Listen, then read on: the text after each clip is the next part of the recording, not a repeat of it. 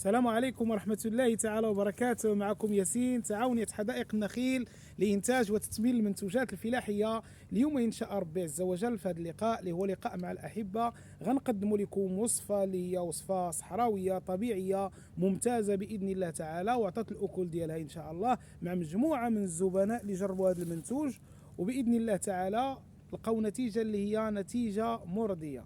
وهذه الوصفة اللي هي عبارة عن أعشاب طبيعية زائد عسل ممتازة بإذن الله تعالى. المشكل ديال الجهاز التنفسي، لأن مجموعة من الناس كيعانيوا حاليا في هذه الفترة هذه مع الوليدات ديالهم مع مشكل ديال الكحبة أو بما يعرف بالسعلة. هذا بإذن الله تعالى راه شفاء بإذن الله تعالى، ونسأل ربي عز وجل أن هذا السبب هذا يكون سبب معقول وسبب فيه شفاء لهذا المشكل هذا إن شاء ربي عز وجل. وكما كنأكد لكم دائما أننا حنا الدور ديالنا هو الإفادة والاستفادة وتقديم دائما الوصفات الطبيعية اللي كتعطي نتيجة مرضية إن شاء ربي عز وجل. وكما دائما كنقول لكم دائما حاولوا الله يجازيكم بخير تلتزموا بالمقادير اللي كنعطيكم، لان المقادير اللي كنعطيكم مقادير اللي هي مضبوطه باذن الله تعالى، وما عليكم غير تاخذوا المكونات ودائما تلتجئوا لذوي الاختصاص باش يعطيوكم الاعشاب اللي كنقولوا لكم. الله يجازيكم بخير. لان هذه الوصفات هذه اللي كنعطيكم وصفات مجربه ومؤكده باذن الله تعالى، ومن الاستعمالات الاولى غادي يبان لكم التغيير. المشكل ديال الجهاز التنفسي غتبقاو تستعملوا تحسوا بالجهاز ديال التنفسي ديالكم كيسخن عليكم باذن الله تعالى، وحتى ديك الكحبه كتهمد. من الاستعمالات الاولى باذن الله تعالى كتحصلوا على نتيجه اللي هي نتيجه مرضيه. وهنا كنعرف شنو كنقول بحكم التجربه ديالي. انا غنقدم لكم وصفه اللي هي وصفه ممتازه باذن الله تعالى، وما عليكم غير تجربوا ان شاء الله وغتحصلوا على نتائج اللي هي على المستوى العالي ان شاء ربي عز وجل. وكما قلت لكم الوصفه وصفه فيها اعشاب طبيعيه. عندنا على بركه الله 25 غرام ديال عشبه فليو.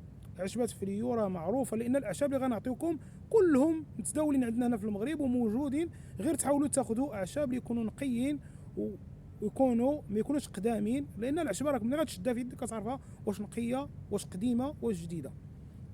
تاخذوا 25 غرام ديال الفليو اوراق، 25 غرام ديال الفليو. تاخذوا 25 غرام ديال زريعه الكتان، بذور الكتان راهم باينين يكونوا حتى هما جدادين. 25 غرام ديال بذور الكتان، و25 غرام ديال القرنفل، عود القرنفل راه باين. هذه وصفه اللي هذه العشبه هذه راه معروفه عند الجميع هنا في المغرب. القرنفل، عود القرنفل. وتاخذوا 25 غرام ديال اليانسون حتى هو راه معروف. 25 غرام ديال اليانسون، و25 غرام ديال الحبه السوداء، 25 غرام ديال الحبه السوداء، و25 غرام ديال الزعتر، و25 غرام ديال الزنجبيل. سكينجبير المعروف عندنا سكينجبير هو الزنجبيل. 25 غرام ديال الزنجبيل.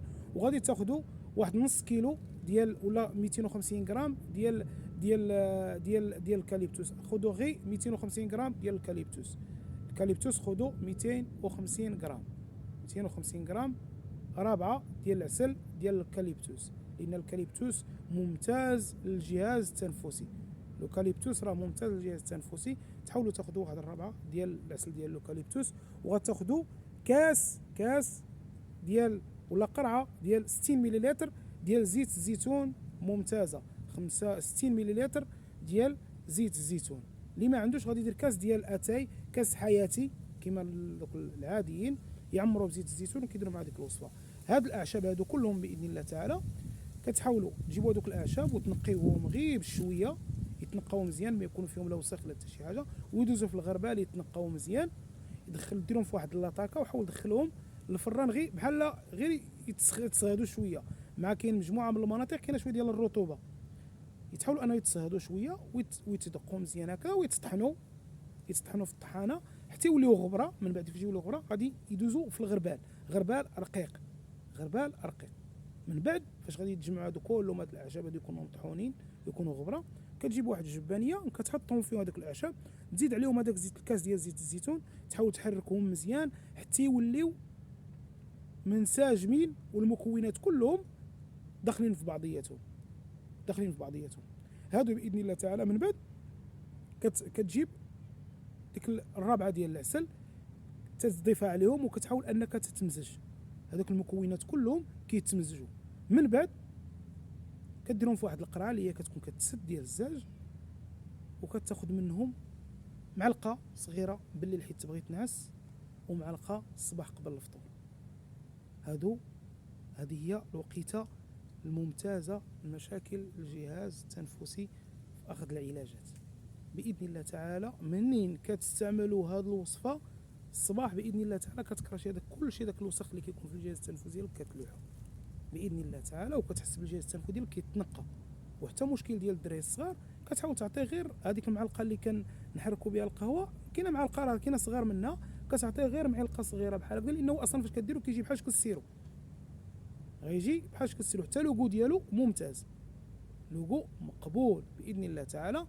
ما كان قدر الله ما قدرش يشربوا ولا كذا، كتحاول ديروا له مع شويه ديال المدافي وكتعطيه ليه باذن الله تعالى، راه كتهنى من هذا المشكل هذا ديال الجهاز التنفسي. وحتى لان كاين مجموعه من المواد اللي هي كناخذوها دابا غير كيما نقولوا غير كتبروتيجي هذاك المشكل اللي كاين، وكيبقى المشكل قائم. هذه كتنقيه للجهاز التنفسي، كتنقيه للجهاز التنفسي، وباذن الله تعالى كترتاحوا نتوما وكيرتاحوا الوليدات ديالكم وكيرتاحوا العائلات ديالكم. لان هذا المشكل دابا ديال الجهاز التنفسي، لان حنا مجموعه من الناس اللي كيجيو عندنا للمركز كيعانيوا مع هذا المشكل هذا، وكاين الله يحسن العون اللي هو في المناطق اللي هي بعيده. كاين ناس اللي كاين في مناطق جبليه هي بعيده، لان هاد الوصفه لحات علينا سيده كاينه في لا ريجيون ديال باب برد، وقالت لك الظروف وكذا وهذه، قلت لها باذن الله تعالى غنليح لكم اليوم ان شاء الله هذه الوصفه هذه، وباذن الله تعالى نسالوا ربي عز وجل الله يرفع علينا وعليهم الابتلاء. لان هذا المشكل هذا مشكل ديال الجهاز التنفسي راه كيعانيوا معاه مجموعه من الناس، سيرتو الناس اللي كاين في المناطق اللي هي فيها شويه ديال الرطوبه كيعانيوا مع مشاكل الجهاز التنفسي. ودائما الانسان يحاول يحتاط على راسو. الانسان الوقيته ديال البرد انه الانسان مي دائما.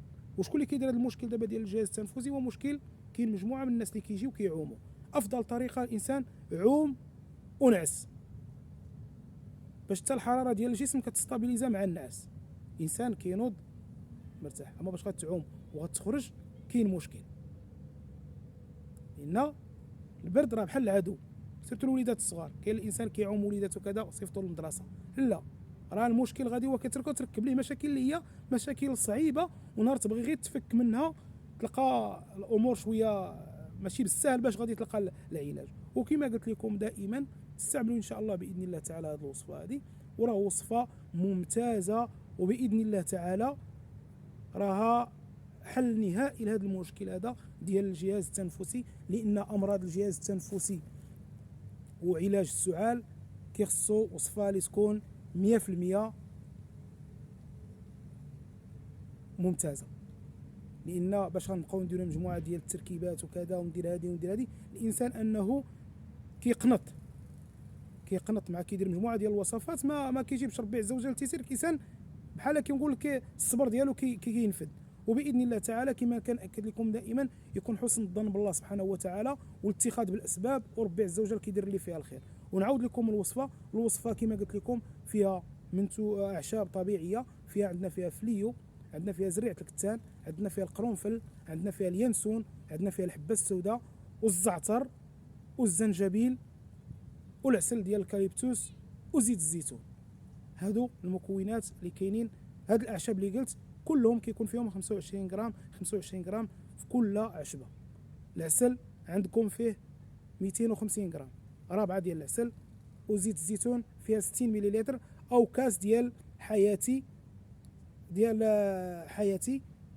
عامر، تقريبا كاين 60 مليلتر، داك الصغير اللي كنشربوا فيه اتاي، هذاك كيعمر بالزيتون. وكتخلطوا الخلطه ديالكم باذن الله تعالى وكديروها، ونسالوا ربي عز وجل يرفع علينا وعليكم الابتلاء. وكما كنأكد لكم ان تعاونيه حدائق النخيل هي دائما في الخدمه، ونحن نسالوا ربي عز وجل اننا نكونوا عند حسن الظن، واننا نكونوا كنقدموا لكم وصفات اللي تكونوا راضيين علينا بها بعد الرضا ديال الله سبحانه وتعالى. والله يشفي الجميع ومرحبا بكم. واي حاجه تحتاجوها عندنا، اي وصفه، حنا في استعداد باش نقدموا لكم وصفات اللي هي وصفات طبيعية صحراوية ذات جودة عالية بإذن الله تعالى، والله يشفي الجميع.